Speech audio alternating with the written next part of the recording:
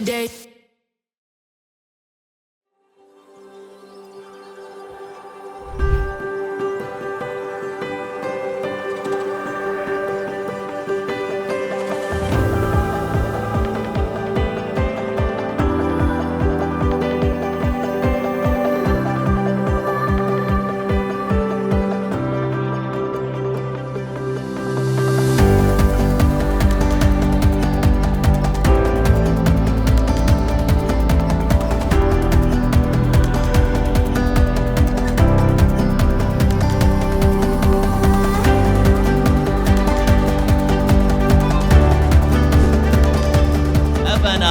Asian Awarding Ceremony ပွဲကြီးကိုကြွားရောက်ချီးမြှင့်ပေးကြတဲ့ဧည့်သည်တော်လူကြီးမင်းအားလုံးရဲ့လက်ခုပ်သံများဖြင့်စတင်ကြောင်းကြေညာအပ်ပါတယ်ခင်ဗျာ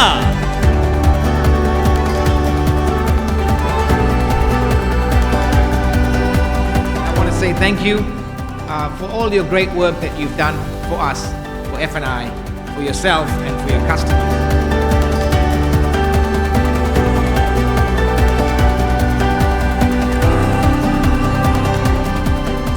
F&I ရဲ့အာမခံကိုယ်စားလှယ်မိသားစုလေးရဲ့ထူးချွန်မှုအတွက်ဂုဏ်ပြုကျင်းပတဲ့မင်္ဂလာရှိတဲ့ညချမ်းလေးပါ